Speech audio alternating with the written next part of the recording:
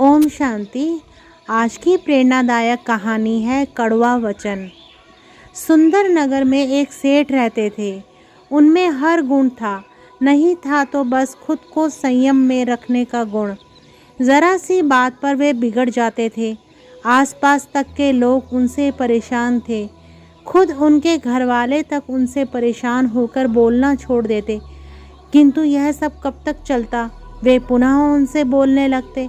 इस प्रकार काफ़ी समय बीत गया, लेकिन सेठ की आदत नहीं बदली।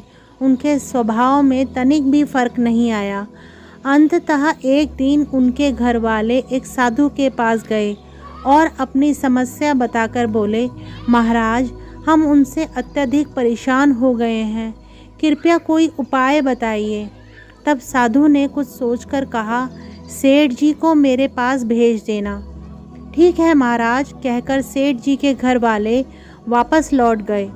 पर जाकर उन्होंने सेठ जी को अलग अलग उपायों के साथ उन्हें साधु महाराज के पास ले जाना चाहा, किंतु सेठ जी साधु महात्माओं पर विश्वास नहीं करते थे, अतः वे साधु के पास नहीं आए।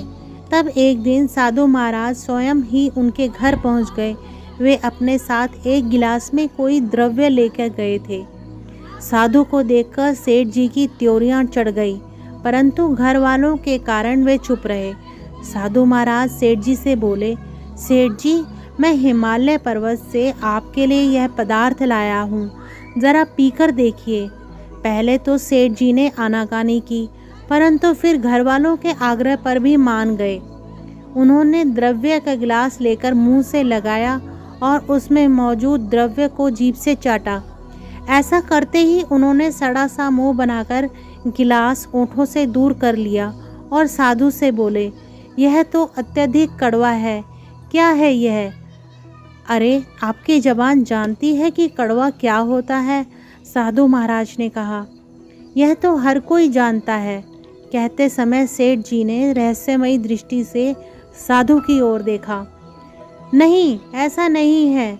अगर हर कोई जानता होता तो इस कड़वे पदार्थ से कहीं अधिक कड़वे शब्द अपने मुंह से नहीं निकालता। साधु एक पल रुके, फिर बोले, सेठ जी, याद रखिए, जो आदमी कटु वचन बोलता है वह दूसरों को दुख पहुंचाने से पहले अपनी ज़बान को गंदा करता है।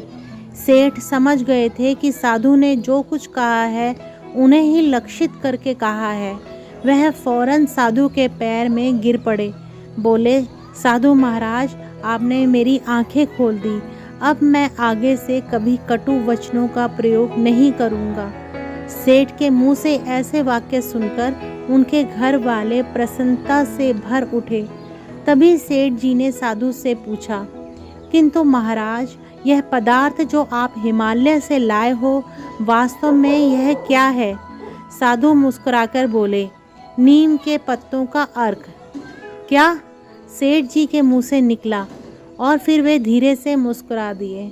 आज की कहानी से हमें शिक्षा मिलती है, मित्रों, कड़वा वचन बोलने से बढ़कर इस संसार में और कड़वा कुछ नहीं। किसी द्रव्य के कड़वे होने से जीभ का स्वाद कुछ ही देर के लिए कड़वा होता है, परंतु कड़वे वचन से तो मन और आत्मा को चोट लगती है। सदैव प्रसन्न रहिए। जो प्राप्त है पर्याप्त है।